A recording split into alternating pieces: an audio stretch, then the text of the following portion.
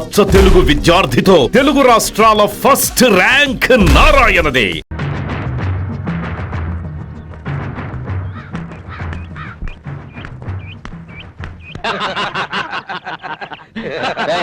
ఏంట్రా చూస్తున్నా పోబే.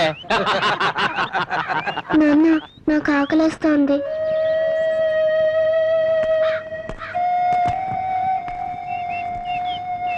నువ్వు కూర్చోమ్మా, నేను తీసుకొస్తాను. ఈ 2 అరటిపండు ఎంత? ₹1 అండి. ఏయ్, ఆ పళ్ళు మాకు కావాలి. ఎంత పొగర్రా వీడికి.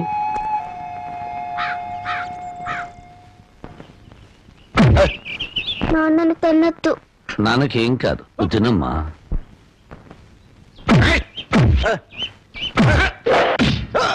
నువ్వు తినమ్మా, నువ్వు తింతల్లి.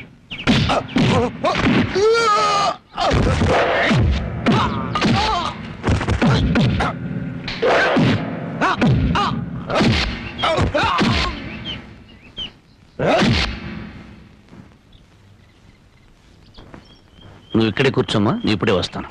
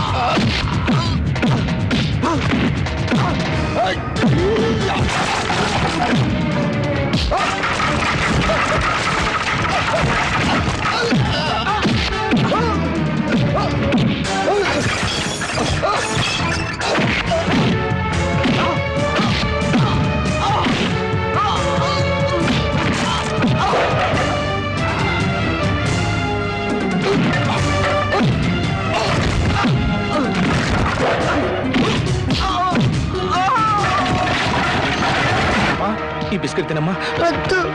ఈ చాక్లెట్ తినమ్మా. వద్దు.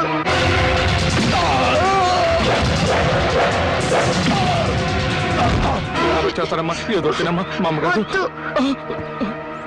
ఇల్లు కట్టుకోవడానికి సామాన్లు కావాలి, ఏర్పాట్లు చెక్.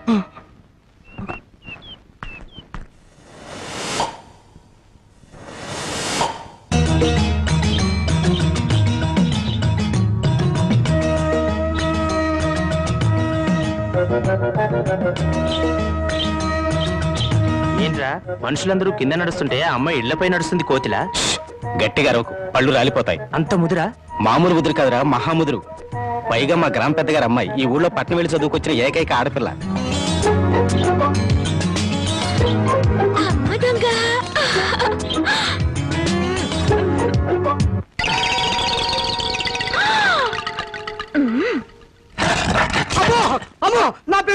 నా పెగులు బాబాయ్. ఏంట్రా కవ్వం? ఇప్పటిదాకా జేమ్స్ బాండ్ సినిమా చూసినట్టు అందంగా నోరు తెచ్చుకుని చూసావు. పెంకు దెబ్బ తగిలితే ఆ మాత్రం తట్టుకోలేవా? అదే నేను ఎక్కడ చూశాను? నేను అసలు పైకే చూడలేదమ్మా. నువ్వేం చూసావో నాకు తెలుసు. పిచ్చి చూపులు చూస్తే ఆ పెంకు కాదు, నీ పెంకు పగులు. ఇదిగో నీ మొగుడి కళ్ళకు గుర్రపు కళ్ళాలు కట్టి బయటికి పంపు, లేకపోతే ఎవరైనా వీడి కళ్ళు పీకేస్తారు. Mind you. అది ఆ పిల్ల పెళ్లి వయసు వచ్చినా కూడా పెద్ద మనిషి కాలేదు. అయినా నీ వయసుకు ఆ పిల్ల కావాల్సి వచ్చిందా? బాబు, వాడెవడో పొరుగు రోడంట. పొరుగు రోడ్ చేతిలో దెబ్బలు తినడానికి సిగ్గుగా లేదట. ఈ ఊరి పెద్దగా ఈ రాఘవయ్య చరిత్రలో ఇలాంటి అవమానం ఎప్పుడు జరగలేదు. మళ్ళీ మీ ముఖాలను చూపించదు. పండవతలకి నాన్న, నువ్వు కన్నా ఈ కూతురుండగా మీకెలాంటి అవమానం జరగదు. ఆగవే. నలుగురు రౌడీలు కొట్టిపడేసిన అతన్ని నువ్వేం చేయగలవే? పెద్ద మగరాయిలా బయలుదేరుతున్నావు.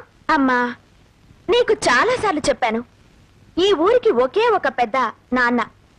ఆయనకి కొడుకునైనా కూతురునైనా నేనే. ఎక్కడా వాడు?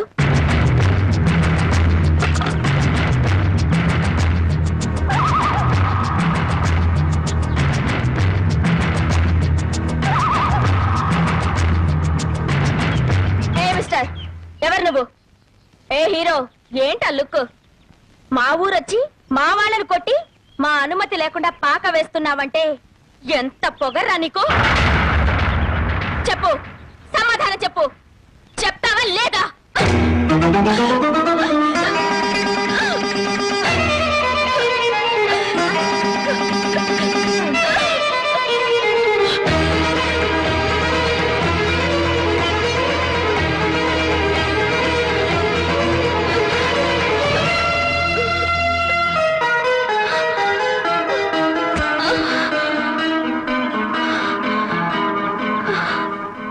రాఘవయ్య గారి అమ్మాయి పెద్ద మనిషి అయిందో.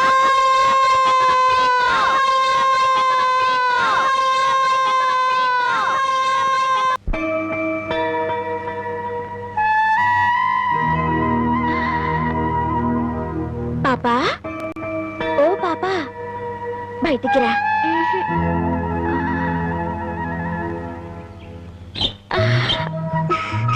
ఈ చిలక కావాలా? కావాలి. అయితే బయటికి రా. అయితే బయటికి రా. బయటికి రా.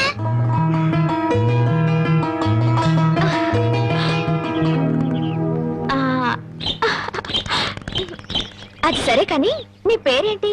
తులసి. అలాగా. ఆయన నీకేమవుతారు? మా నాన్న. నాన్న? మరి మీ అమ్మేది? లేదు. ఎక్కడికి వెళ్ళింది? దేవుడి దగ్గరికి వెళ్ళింది. ఎవరు చెప్పారు? నాన్న చెప్పారు.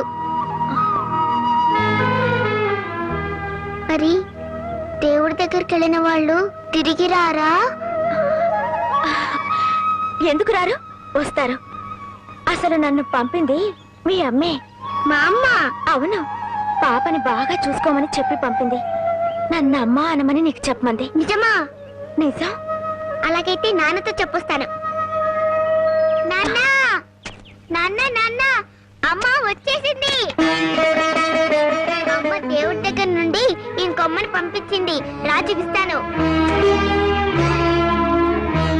తులసి, వస్తానా?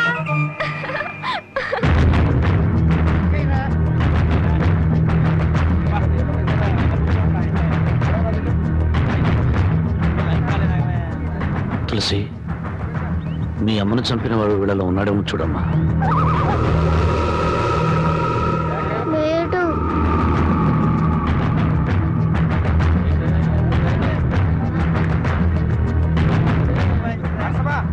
తులసి, వీళ్ళలో ఉన్నాడేమో చూడు. లేడు.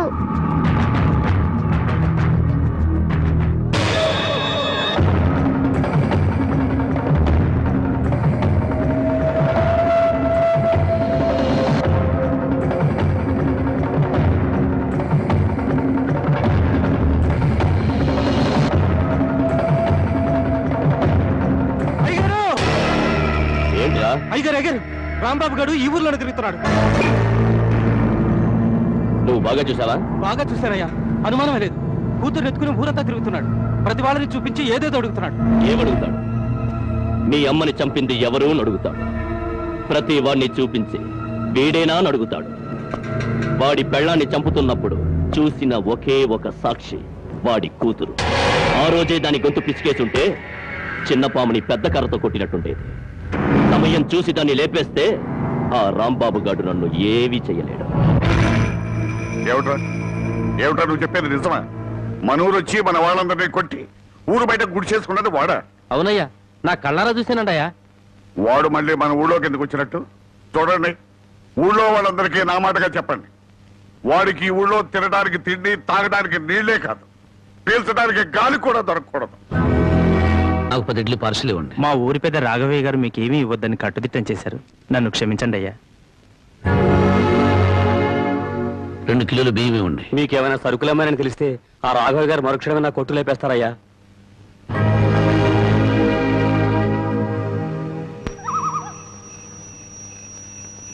మా ఊరి పెద్ద రాఘవయ్య గారు మీకేమీ ఇవ్వద్దని కట్టుదిట్టం చేశారు.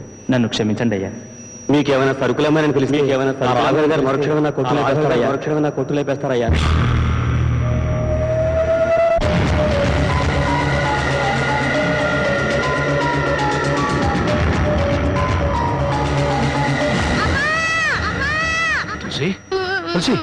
ఏంటమ్మా, ఏమైందమ్మా? ఏమైంది? ఎందుకు ఏడుస్తున్నావమ్మా?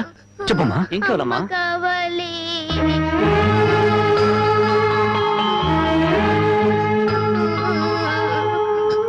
నాన్న, అమ్మ కావాలి. అమ్మ పాడిన పాట కావాలి.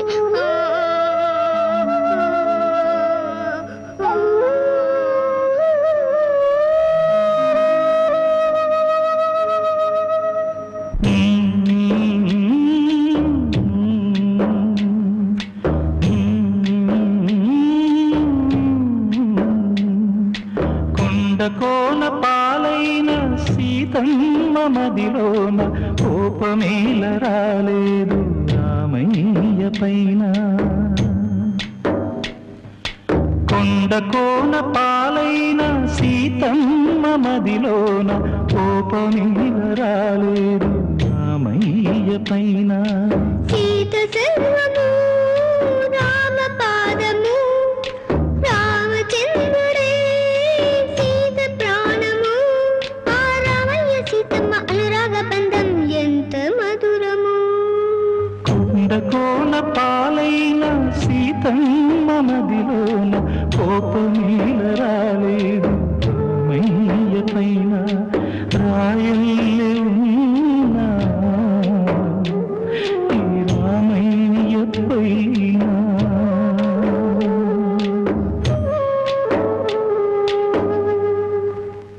ఆపేశామే?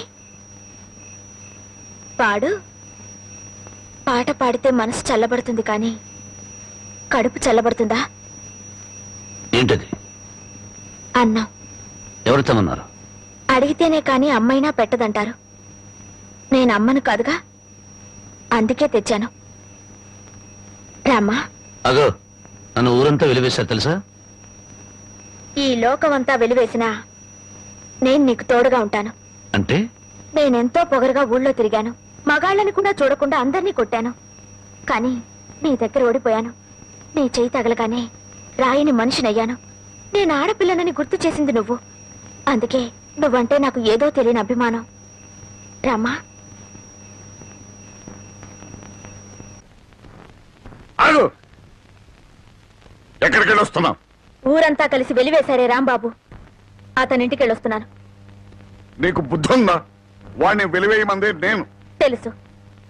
ఒక మనిషిని చంపొచ్చు కానీ ఆఖరితో మాత్రం చంపకూడదు. నలభై ఊరందరికీ లేని అభిమానం నీకెందుకే? అతనంటే నాకు ఇష్టం. ఏం కూర్చోవు? ఏమండి, ఆగండి. ఎందుకింత ఆవేశం? నువ్వు తప్పుకో. నేను నరికేవతో మారేస్తాను. మీరేమైనా చేసుకోండి, నా మనసులో మాట చెప్పాను. చెబుతావే, ఎందుకు చెప్పు? అసలు వాడు ఎవడేమిటో నీకు తెలుసా? తెలియదు. మీ అక్క చావుకి కారణం ఎవరో కాదు, వాడే. నేను మీ అక్కను చెప్పానా? ఎవడా మాట చెప్పింది? మా నాన్న. ఎవరు మీ నాన్న? రాఘవయ్య. నువ్వు రాఘవయ్య కూతురు. ఈ సంగతి ముందే తెలుసుంటే దగ్గర కూడా రానిచ్చేవాడి కాదు, నీ ముఖం కూడా చూసేవాడి కాదు. వెళ్ళి నుంచి. ఏ మా నాన్న నీకన్నా దుర్మార్గుడా? అవును. డబ్బుందన్న మదంతో, అంతస్తులున్నాయన అహంతో మీ అక్క మనసుని, మంచితనాన్ని అర్థం చేసుకోలేకపోయాడు మీ నాన్న. గుండెల్లో దాచుకోవాల్సిన కూతుర్ని నడిరోడ్డు మీదకి విసిరేశాడు. నేను నమ్మను. నేరం మా నాన్న మీద తోసి తప్పించుకోవాలని చూస్తున్నావా? నీ మనసులో ఏ కుట్ర లేకపోతే మళ్ళీ ఈ ఊరెందుకు వచ్చావు? ఎవరి మీద పగ తీర్చుకోవాలని వచ్చావు? నా మీద, మా నాన్న మీద, లేకపోతే మా కుటుంబం మీద? నేను మానవత్వం ఉన్న మనిషిని. పుట్టినప్పటి నుంచి చివకు కూడా కిడు చేయాలనుకోలేదు. పచ్చని పొలాల మధ్య, పల్లెటూరి అమాయకత్వంతో, కల్లా కపటాలకి చోట్లేని మనుషుల మధ్య అల్లరి చేస్తూ ఆనందంగా తిరిగే జీవితం నాది.